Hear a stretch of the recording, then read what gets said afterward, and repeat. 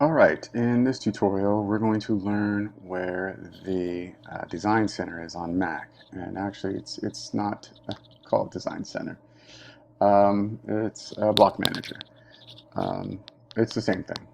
And so um, it's located over here. You can find Reference Manager, Layers. So here's your Layer Manager, Reference Manager, and here's your Block Manager. Actually, your Block Palette. So Um, here's a sample of what you have. You can, this is in the current drawing.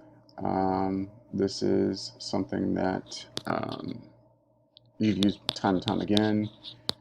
So this is like a history of recent blocks. And then this is your block libraries. And so you'll probably see something like this, sample libraries. And if you right click, you can get a list view and you'll see something like Imperial, Metric, Architectural Imperial. And if you click on that, you right click and see small thumbnails. You can see various blocks. But let's go back to sample libraries. Click on that. Let's do large. Oh, they don't have the names. But anyway, I like the list view because you can get to see the names. Any structural, imperial, metric. Um, AutoCAD has metric because it's worldwide. So and not only that, but architecture is worldwide. So if you're working in a different country, like say Mexico or I don't know, Dubai, everywhere else uses metric. We're only like one of two countries that uses imperial. So.